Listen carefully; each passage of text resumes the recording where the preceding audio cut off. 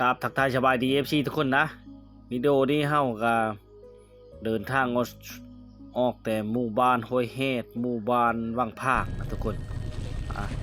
เนาะคลิปนี้จะเป็นการเดินทางออกพี่น้อง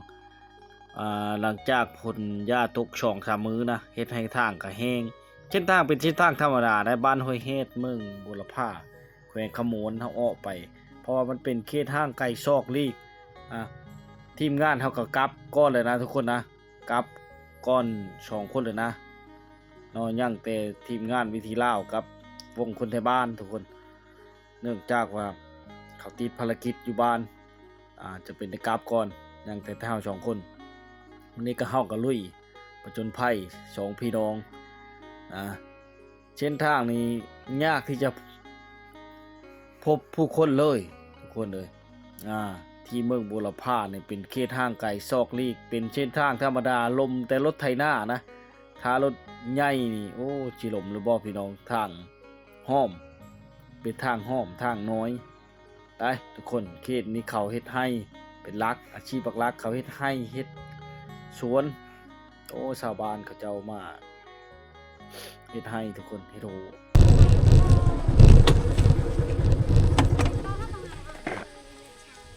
ยังเฮ็ดโหให้บ่เนี่ยโอ้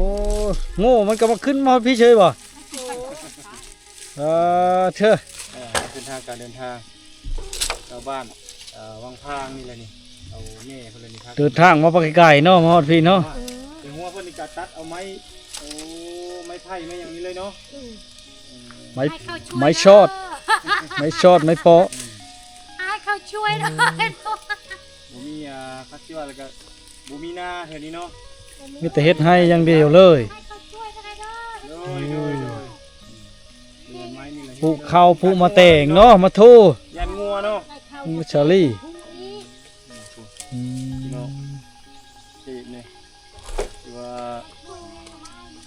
มีแต่เฮ็ดให้อย่างเดียวเลยพี่น้องมันเป็นผู้เนาะชั้นผู้ย่างมาแต่พุ่นแล้วย่างมาแต่พุ่นแล้วแต่บ้านมาไกล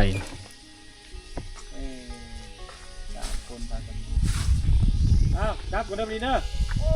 กก่อนอยู่ดีมีแหงเด้ออันชวนจากนั้นก็เดินทางต่อนะเดินทางกลับออกแต่บ้านห้วยเฮ็ดบ้านวังภาคบ้านวัดอาจจะผ่านบ้านวัดทุกคนเป็นหมู่บ้านที่บ่มีไฟฟ้าบ่มีสัญญาณอินเทอร์เน็ตเลยมาเขตนี่ใช้เวลาอยู่3 มื้อ4 มื้อนะทุกคนนะ4 มื้อ5 มื้อไปเชื่อไม่ได้เข้าไปแล้วมันออกมาบ่ได้เพราะว่าฝนตกแต่ว่าเส้นทางอย่างนี้แห้งไว้แถวๆนี้นะฝนตกนี่ครับมันบ่แห้งไว้นะโอ้ยพี่น้องออกมาก็บ่ได้เพราะว่า2 คนได้ห้ามรถได้เทศเนี่ยมันมืน2 ภาคข้างเต็มไปด้วยให้เขาเจ้าแน่แล้วก็ป้าดงนะเส้นทางนี้คือเห็นนั่นแหละทุกคนถ้าฝนตกนี่ไปบ่ได้ทันทีเลยนะจะล้มลุกคลุกคลานเป็นเส้นทางน้อยๆทางแดงทางเก่าทางแก้ธรรมดานี่แหละผู้คนบ่ค่อยเที่ยวพอดำพอดีบ่พบผู้คนได้คิดนี่แต่เฮาก็พยายามเล่นไว้สมควรเพิ่มไปเที่ยวชมหมู่บ้านใหม่วันนี้กับบ่ายโมงปลายก็กว่าเลยนะที่เฮาเดินทางออกนี่ทุกคนยันฝนตกอีกนะหลายอันหลายอย่างทุกคนเลยพาพี่น้องประจนภัยมื้อนี้ลุยเที่ยวชนบทมักในบรรยากาศสาเหตุที่มาเขตนี้มีวิวภูเขาและก็ธรรมชาติยังคงอุดมสมบูรณ์นะนี่ฮะก็มาฮอดบ้านวัดแล้วทุกคนบ้านนี้ก็เป็นหมู่บ้านที่บ่มีไฟฟ้าบ่มีสัญญาณอินเทอร์เน็ตตัดขาดจากโลกภายนอกผูกชั้นเลี้ยงเขาเจ้าเข้ามาเต็มอยู่ทุกคนเนี่ยจะมีแม่น้ำภาคกลางเลยได้หมู่บ้านเขาเจ้านี่บ่มีการบกแห้งทุกคนถ้าได้โอกาสหานาเฮาสิมาถ่ายทอดวิถีชีวิตแล้วก็ศึกษาเรียนรู้บ้านวัดนี้เมืองบุรพาแขวงขโมนนี่ให้พี่น้องมาติดตามรับชมเนาะบ้านวัดนี่ก็เป็นบ้านหนึ่งที่ห่างไกลซอกลีกผู้คนภายนอกถือบ่ว่าถึงเลยถ้าแถวจอดรถนี่เด็กน้อยเขาเจ้านี่มาเบิ่งมาชมและพี่น้องเนาะคือเห็นนั่นแหละ กายมาแต่ละเฮิรนนี่ก็บ่ค่อยเห็นรถไถนาบ่เห็นรถจักรมอเตอร์ไซค์อย่างต่างๆหลังจากยึดเอามาก็จะเห็นผูงัวผูงัวหลายตัวพี่น้องมันมากินน้ำได้ตอนเที่ยงมันจะกลับไปหาอยู่หากินตามอยู่ตามป่าตามดงเขตนี้นี่ชัดเลี้ยงยังหลายเนื่องจากว่าเขาเจ้าเอาไว้ย่ามฉุกเฉินยามมีงานดองโอ้ลุยน้ำทุกคนบุน้ำพาน้ำลุยเป็นลุยยามมีงานบุญงานดองเพื่อว่าเป็นธนาคารของบ้านนะทุกคนนะนี่แหละคือบรรยากาศในชนบทบนทางก็จะยากแน่ถ้าฝนตกหลายนี่แล้วมากกับบ่ได้พี่น้องถูกตัดขาดจากโลกภายนอกแล้วยามฝนอู้เล่นเหยียบเล็ด พี่น้องเล่น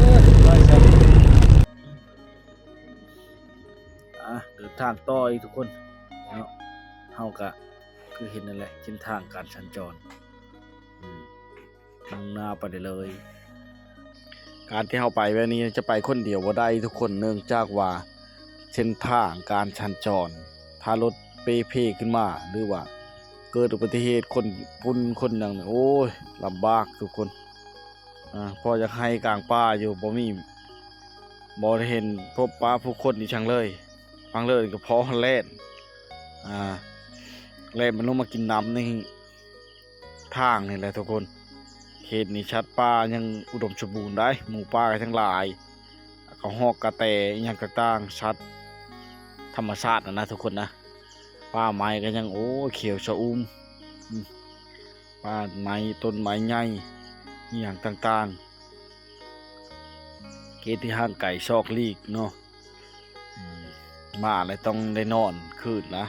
ชักกระเมื่อบ่ได้เนื่องจากว่ามันไก่นะทุกคนมันไก่อะไรต่างกันจรกับชิมี่ทำนี่แหละมีแต่การเดินทางเนาะว่าจะพาหมู่บ้านชัดเลี้ยง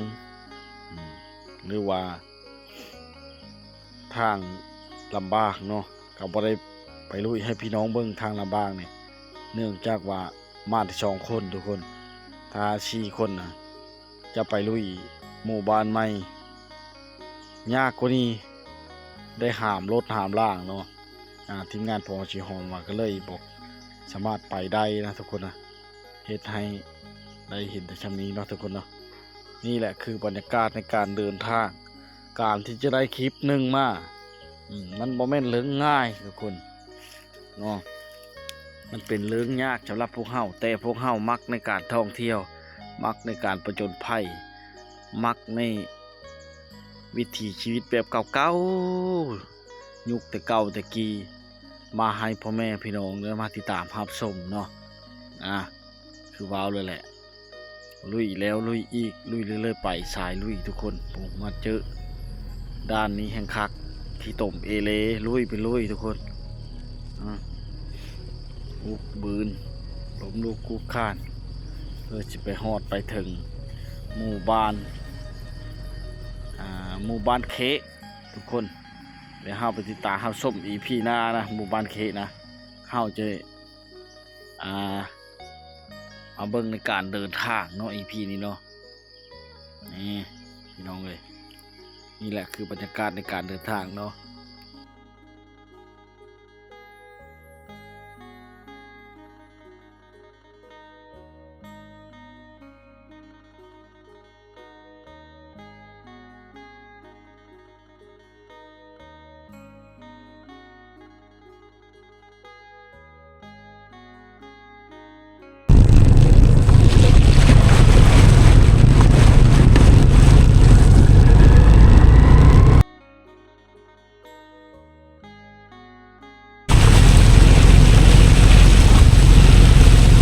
ยังมารับจ้างคือให้